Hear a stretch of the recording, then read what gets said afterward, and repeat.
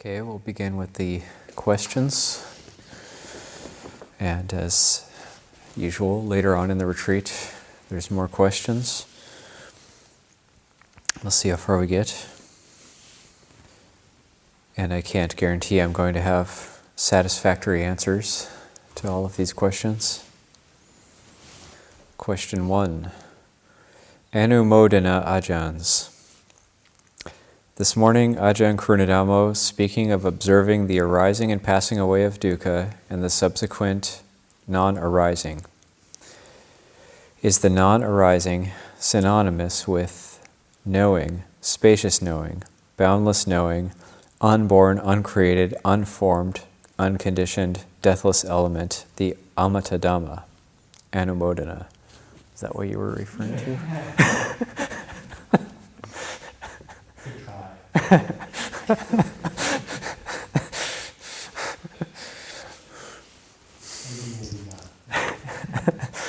Not sure. That was a teaching of Luang Por Chah. Not sure.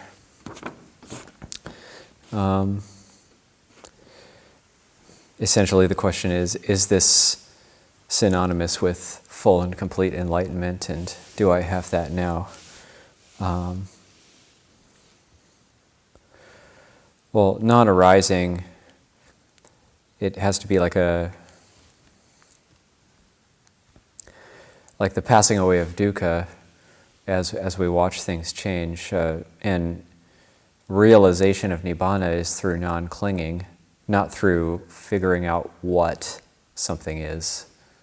Like, is it this? Like, it's like what Luang Por Pasano was talking about earlier in his talk. It may have been his talk yesterday actually, but maybe it was his talk today. He alluded to it as well, that we're always trying to objectify reality.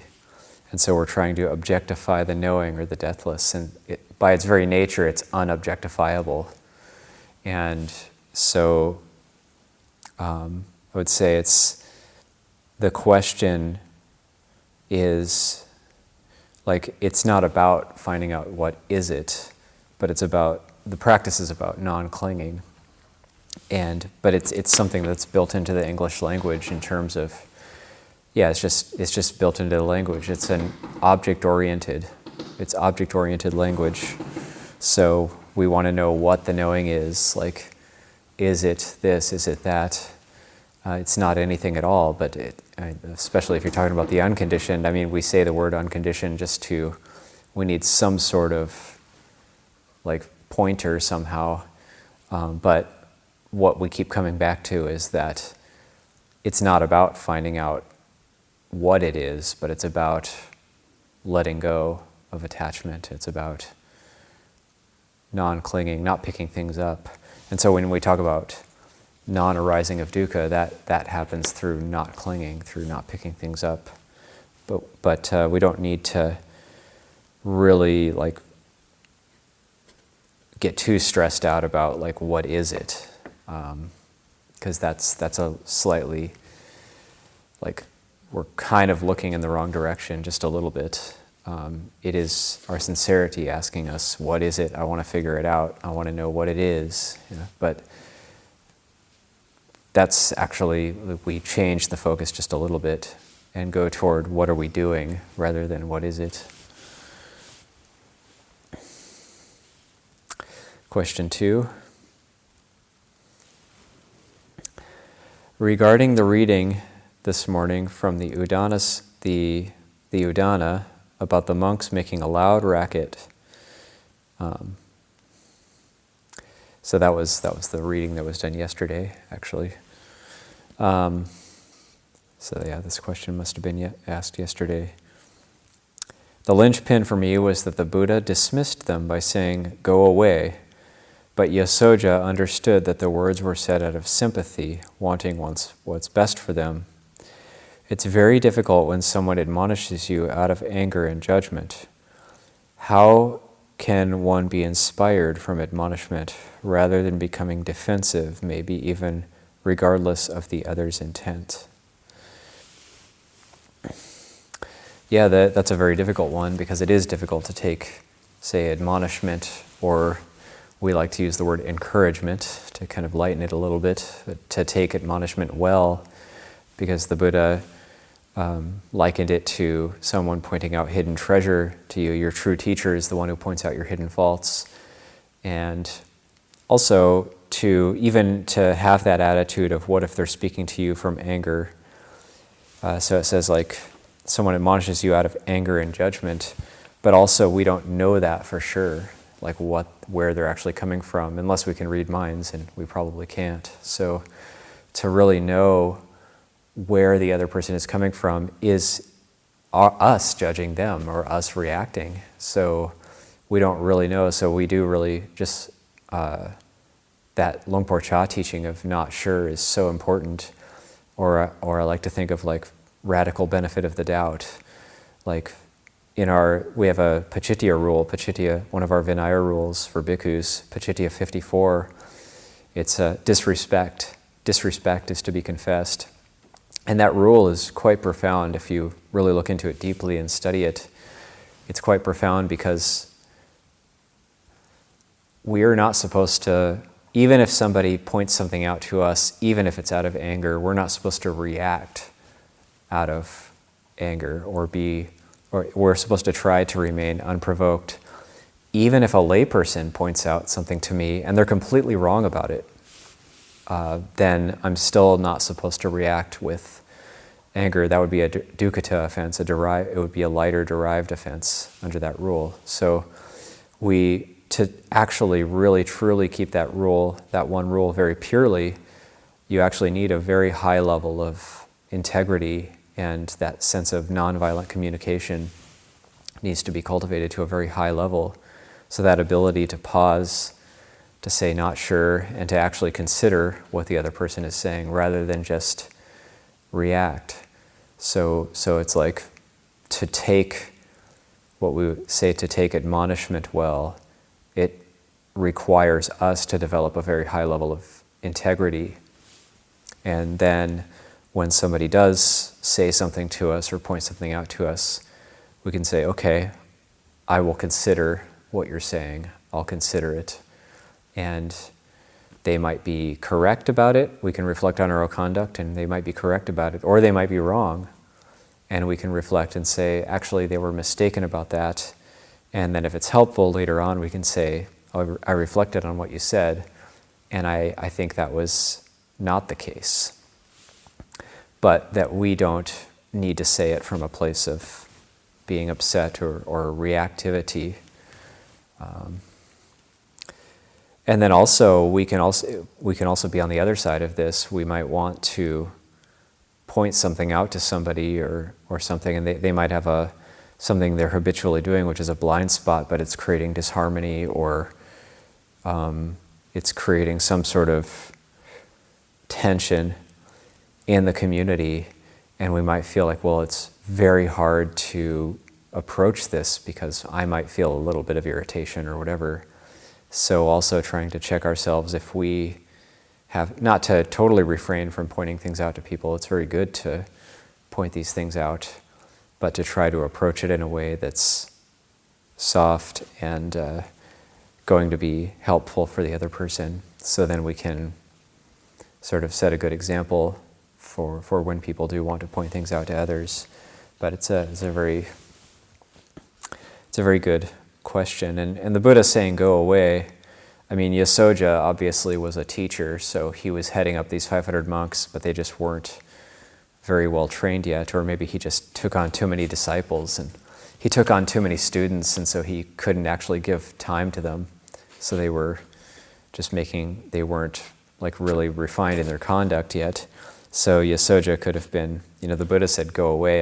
If the Buddha told me to go away, I'd probably just like curl up in a ball and die or something. But he said, okay, well, he wanted our welfare.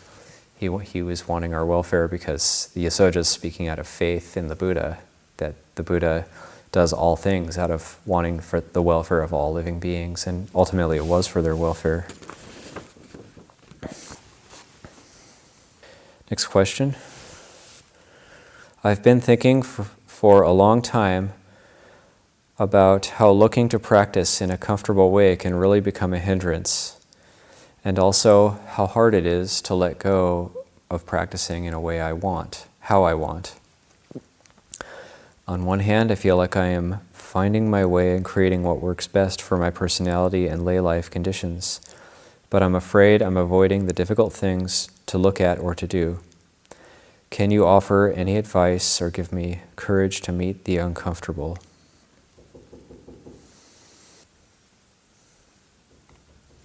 Really depends on your situation.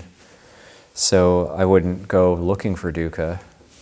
I wouldn't go, trying to create discomfort just to, say, create a more uncomfortable situation for practice, but just so we work with whatever we have, and we just do what we can to try to make that work. I don't know exactly what your particular situation is. I need to know the details of it and what could maybe be adjusted or whatever.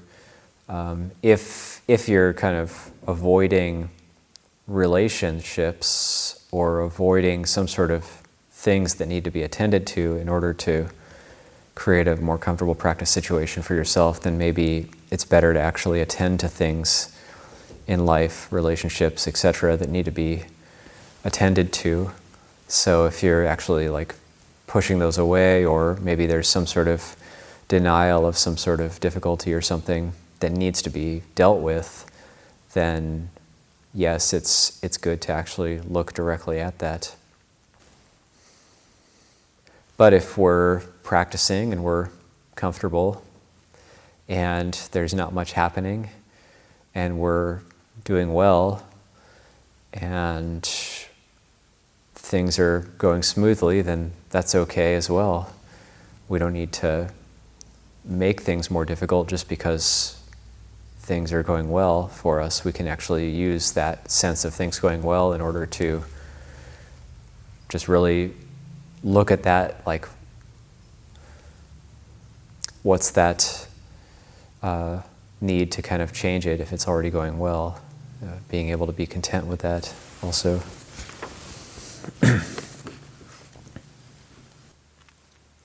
Next question. Thank you for this wonderful retreat. I would be grateful if you could share some teachings that would be a support to abstain from eating after 12 p.m. Well, just don't do it. Yeah, sometimes it's just like when we take something like a precept, we might think like, well, how do I keep that, or what kind of techniques is there to keep that? And a lot of time what it comes down to is just don't do it. Just convince yourself that it's a no-go area, that you just can't eat after 12. Although if we have issues with that, if we have some sort of bodily issue or a health issue, especially as a layperson in an 8 precept retreat, go ahead and have some fruit juice, or even something very light if your body needs it. So it's better to do something that'll work for us. And the spirit of the rule is simplicity, not having to have a big dinner, do dishes, just have more time for practice. So, and if we're experiencing a sense of ease and well-being, it'll probably be fine that we don't eat anything in the evening. But different people have different needs, different bodies have different needs. So we just have to find a way that works for us. But with any of the precepts, really the best thing I found is just, I just won't go there. I won't try to. The mind might try to get out of it somehow. The mind might proliferate and try to actually figure out some sort of loophole, some sort of way to get around the precept. But already if the mind's starting to do that, just to come back to, sometimes it is okay just to tell the mind to stop. If the mind is doing something that's just tying us up in knots, then actually just like Luangpo Cha would talk about this and there's Dhamma books translated into English where Luangpo Cha talks about this. It's like having a conversation with his mind. Like, so we talk about, this comes back to the question about admonishment. Sometimes we need to admonish our own mind too. So we actually have a sit down with our own mind and say like, look, we have to have a talk, and actually the mind might not like it, but we have to kind of go back and forth like this in terms of, okay, well, there's no way you're going to be able to have that. So you might as well just stop trying to find a way. And so that, I found that can be helpful sometimes for myself. And we're not being harsh with ourselves. Like, we're not like, oh, you're stupid. Just like kind of beating ourselves up or berating ourselves. I used to do this a lot, where I would actually imagine me punching myself in the face. It didn't work very well. It was not the kind of thing that got the mind to calm down. But if you actually have a realistic sit down with the mind, it's like, okay, well, there's no way that's going to happen. That's the precept or whatever. And just being very realistic about it. And then the mind will be like, but. And then it was just like, okay, well, at a certain point, then it's like you're like one part of our mind is like the parent, and the other part of the mind is like the child. And the child is kind of nattering away. Can we do this? Can we do that? Can we do this? Can we do that? And at first we're kind of like, this is another Ajahn Chah teaching. It's like, at first you're kind of like listening to it like, oh, well, maybe, oh, okay, well, okay, let's go to the arcade or go on the ride or whatever. But then at a certain point, the child keeps kind of like, can we do this? Can we do that? Can we do this? Can we do that? And at a certain point, the parent is just like, just kind of half ignoring the child, making note of it, but not really like giving in to its demands. And so I think we really have to be like that in terms of like if the mind is trying to get out of some of the precepts. I mean, here we do have, there are allowable things according to Vinaya, like we have, say like on the Thanksgiving retreat, there's like, say like cheese in the afternoon that is allowed, or like chocolate or sugar, honey, traditionally the 5 tonics. But if anybody has access to Buddhist monastic code, and if you don't have it, you can find it on Access to Insight, Nisigya Pachitya 23. Buddhist monastic code 1, Nisigya Pachitya 23 is the 5 tonics rule for monks, so that's what we follow. Sapi nawanitang telang madhu panitang. So that's like roughly oil, honey. Namanitang is translated as butter, or it could be cheese. It's controversial.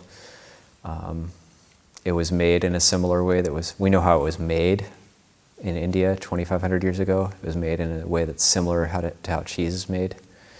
Then you have ghee, molasses, sugar, honey. So it's these things. You can have a sweet drink or whatever if that's needed. Some people find fruit juice helpful, but just keeping it light, whatever we do.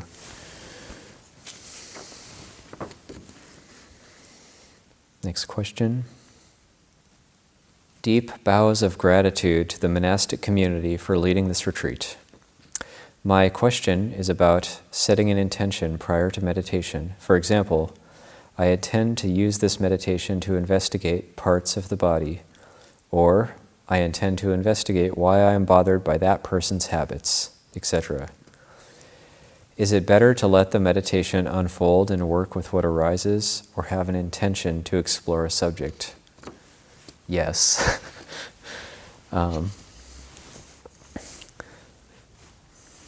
good to set the intention. For myself on a retreat, I tend to try to stick with one thing for a retreat.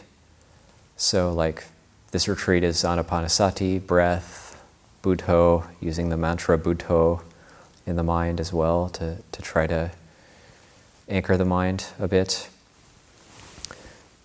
And also part of my intention is to have conversations with the mind. And for me, like a meditation retreat like this is more a chance to become more focused on blind spots that might have been occurring in the mind based on the activities of what's the busyness that's been happening in the monastery, etc.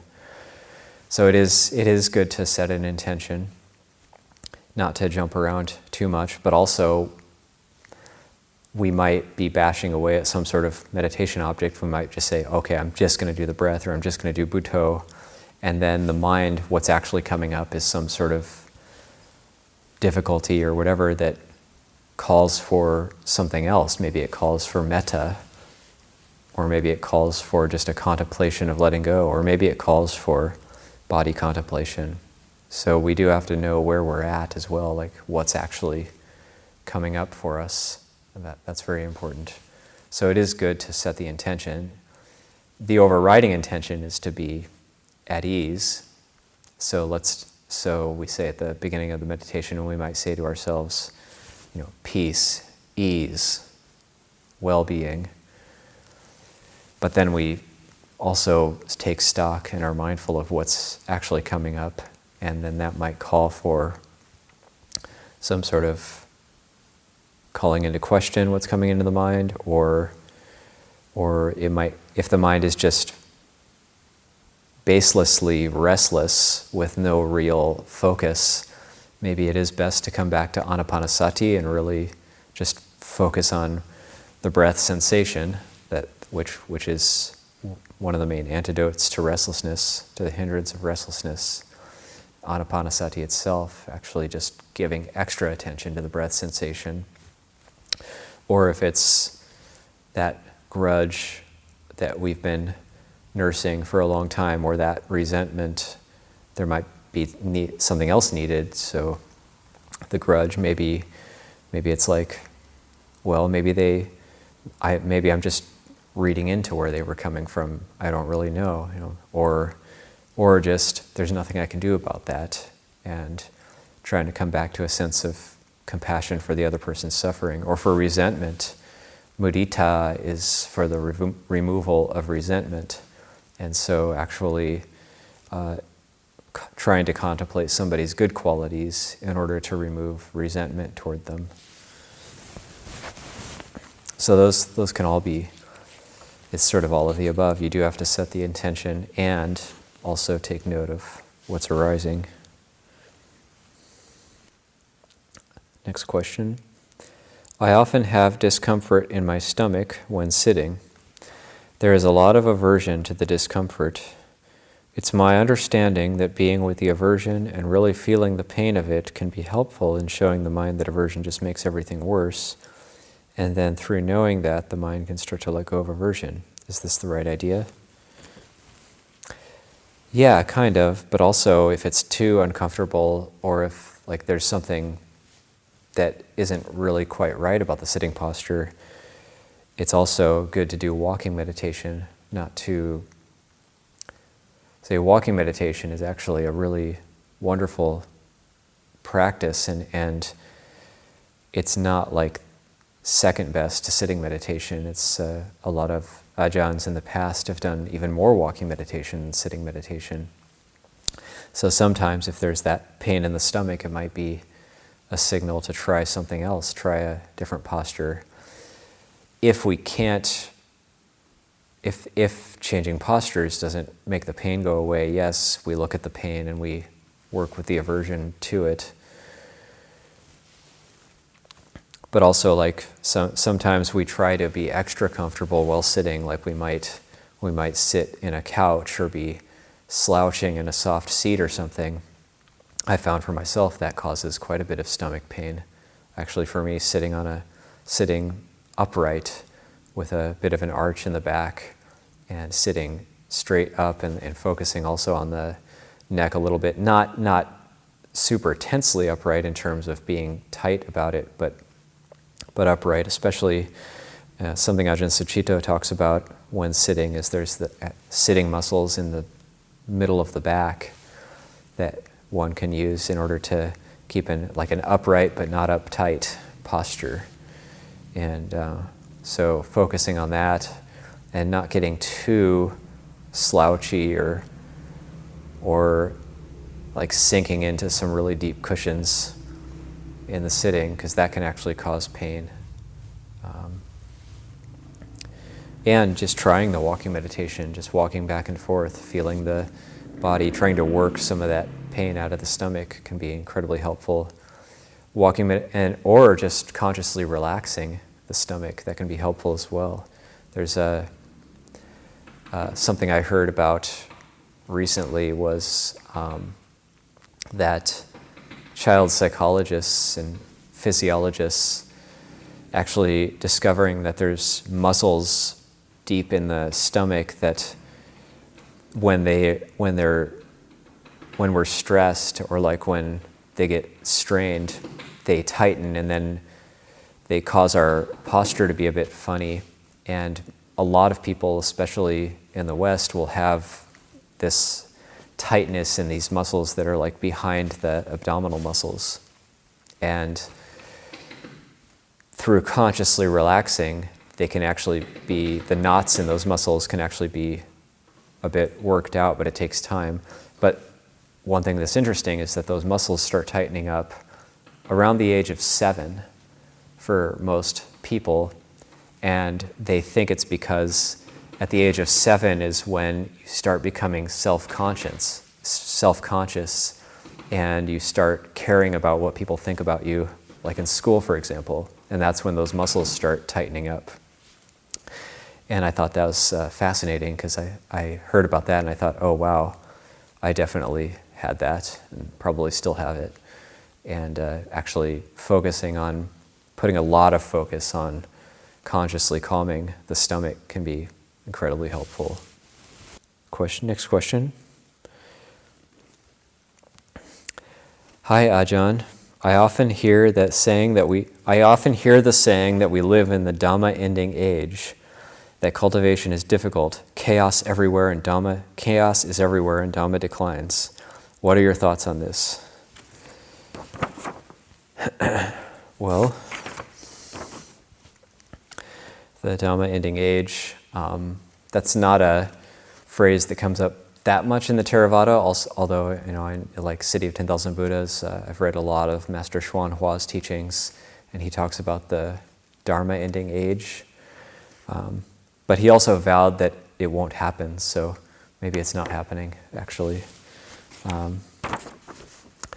And I do take his teachings very seriously and give a lot of weight to his words. So, he did have very powerful vows. So, but who knows? It's Longpor Ban, who just passed away early in last year, January 16th, 2020. It was very powerful. They played his final Dhamma talk, his final recorded Dhamma talk. They played it before his cremation, and I watched this on the internet. And what he was talking about something like this, like a lot of people are wondering, like, how long is the Buddha Sasana going to last for? And some people say 5,000 years. Some people say maybe it's already gone. Maybe we're actually practicing some sort of false counterfeit Dhamma already, and we're just like sheep being led to the slaughter or whatever. But in this teaching, he said, a lot of people are talking about the Dhamma ending, the Sasana ending. When's it going to happen? He said, well, if you're practicing, and if you're practicing well, then the Sasana won't end for you. And if you don't practice well, or if you give up on the practice, the Sasana will end for you, and that's all that matters. And so really we don't have to worry about what is going to happen on a world stage or societal level. I mean, this is all in the realm of perhaps Buddhas can know this kind of thing, the realm of prophecy and stuff, but I also think this is one of the things that's only known by Buddhas, it's imponderable by anybody else, is the world. Just, we can interpret that a lot of ways, but one of the four imponderables is like the ultimate origins or the ultimate truth of the world. But I like to interpret that as like one of the imponderables is just the world, and that we don't even need to go there. Like, why are things happening? Why are things the way they are? And trying to figure it out, and trying to just find all the evidence or whatever. There's just no way we're going to know why the world is the way it is or what's really happening in the world. And so, but in terms of the Buddhasasana, then just to keep practicing, to remember that the Buddha saying, that teaching, that if people are following the Noble Eightfold Path, the world won't be devoid of arhants. And that's it. So we can just develop that for ourselves. Next question. Dear Longpo / Ajahn, I have found that since following this path, my family and people I care about have felt disappointed much more often by choices I have made, from big things like life goals to smaller ones like not accepting an invitation for Thanksgiving dinner. Quite a bit of dukkha arises from disappointing those you love. Reflecting on the cause, it feels like it comes from wanting / craving to make people you care about happy. How can we let go of this craving when it feels like it is a good thing to make others happy? Yeah, this is a multifaceted question as well, because sometimes, like the Dhamma, practicing Dhamma doesn't just mean turning our back on these things. I've also had conversations with people like who are fairly new to the path or have been practicing for a few years, say, and think, my family is kind of like, well, you're not as fun anymore, you don't joke around as much anymore, you're not as interesting. And I've heard people talk like this, and yes, perhaps there is like a transition period where you're kind of trying to get your mind around the practice, and you're kind of calmer and more content in yourself, but the way that plays out for others is you're less interesting, you don't want to go to concerts, etc. So I was like this just before I came to the monastery, and all I wanted to do was study and practice, and I had my friends telling me, like, you've become like some old grandma, and you don't want to go to this concert, the punk concert. They tried to drag me to a punk concert, and so that's how it is. And yet I was in a different space. At the time I was hurt by that, but now I understand why they were saying that. But so there is a transition period where, yes, it is going to be like that. But then there's another transition period whereby you can actually fully integrate back in, but with the Dhamma.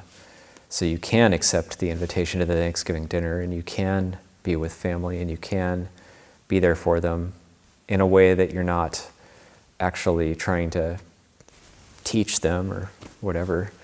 And you can actually be open to them and even learn from them. And that way, that's what's really going to pull them in to the Dhamma practice. It's not like, why don't you understand me? Why don't you understand my meditation thing? Why don't you understand that I like to do these retreats? But it's more like when you actually become open to them and you show that you have a lot of love and respect for them, for however they are. You're not judging them because they aren't Dhamma practitioners or whatever. You're not judging them because they're not interested in the precepts, but just open to however they are. Only then will they then be open to how you are. So it really takes that step. But that's like the second transition phase. That's where there's like a Zen saying. This might not mean anything actually, but there's a Zen saying that says, in the beginning, mountains were mountains and Zen was Zen. In the middle, Zen was mountains and mountains were Zen. In the end, mountains were mountains and Zen was Zen. So, so it's like you're kind of, in the end, you're kind of back where you were in the beginning, but you're also but the Dhamma is somehow it's combined with it. So that's also good to reflect on. But it is, it's not necessarily about making others happy per se, but it's more about being open to others and respecting others wherever they're at. And you're not doing that to make them happy. In a way, acting in a way that I'm doing it just to make you happy. Like if we have that attitude, then that's not really an attitude of respect for others. But if we actually have this openness and like an attitude of respect for others, even if they don't understand why we're doing what we're doing, then that in the end, the result everybody will be happier, yes, but we're not doing it like to make others happy. Kind of just shifting that focus a little bit can be very important, but it is difficult, and it does take time to get to that point where we can like integrate our Dhamma practice into an ordinariness of daily life. Not that you shouldn't go to the retreat, or whatever, but maybe just kind of like being open to understanding where they're coming from, I guess. Dear Longpo and Venerables, during lunch I was contemplating the 4 elements as I ate, and a question arose in my mind. If all things are made of only 4 elements, why does an orange taste, smell, and feel only like an orange, not a mango or an apple? How can there be so much variety in food? Thank you so much for offering this retreat online. Anumodana. I don't know why, but this question reminds me of a story that Luang Por Pasano told one time about Kalu Rinpoche meeting up with a Zen master. I guess I'm kind of got like Zen on the mind right now for whatever reason, but where it was kind of this like dissonant meeting of traditions, and where the Zen master is going to test Kalu Rinpoche, and he has an orange. He has an orange with him, and he says, "What is this?" And then Kalu Rinpoche is, "Don't they have oranges where he comes from? Like, why is he asking me what that is?" And so it's kind of, I guess this one could be kind of like that. Yeah, it just is what it is, and there's no need to doubt about it. It's one of those imponderables. It's kind of a mystery of the universe.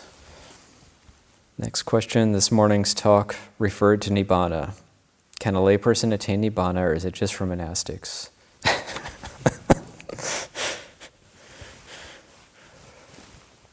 No, we don't have a copyright or like reserved rights to nibana. It's actually, it's the heart. This is what we refer to as the true ordination or the inner ordination.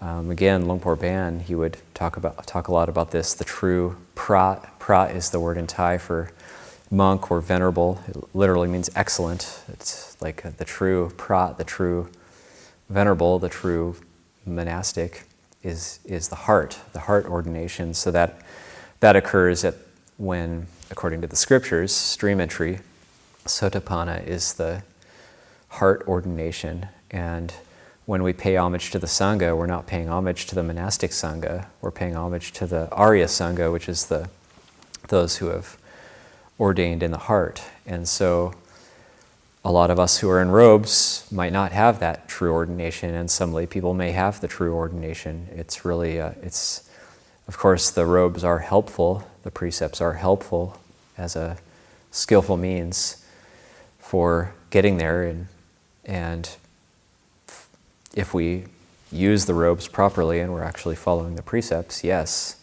it can be very helpful, but it's not. There's examples in the suttas of lay people reaching arhatship. In one, the first example is actually Yasa, who achieves arhatship and takes ordination right afterwards.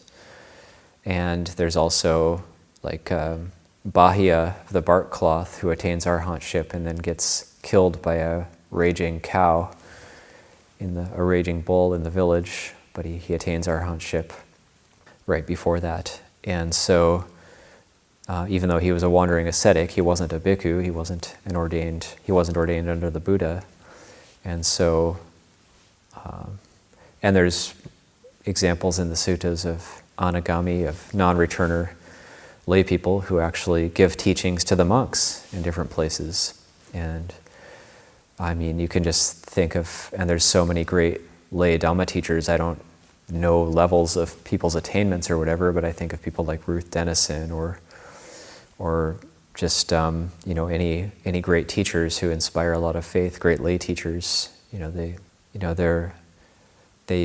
do have an understanding of the Dhamma and our intent on the path. So no, certainly it's not just for monastics. Dear monks, great gratitude for hosting this Thanksgiving retreat and for hosting year after year all the teachings, technical support, Zoom Sangha. What more could we ask for? Well, yep, we have it all. So we can't ask for anything else. Yeah, this is all very good. Maybe one thing we could ask for is perfect timing, which we had today during the Q&A session. It's exactly 4:15. So we can take a break, and anybody who's interested can come back for Qigong, back for Qigong, back for Qigong, back for Qigong, back for Qigong.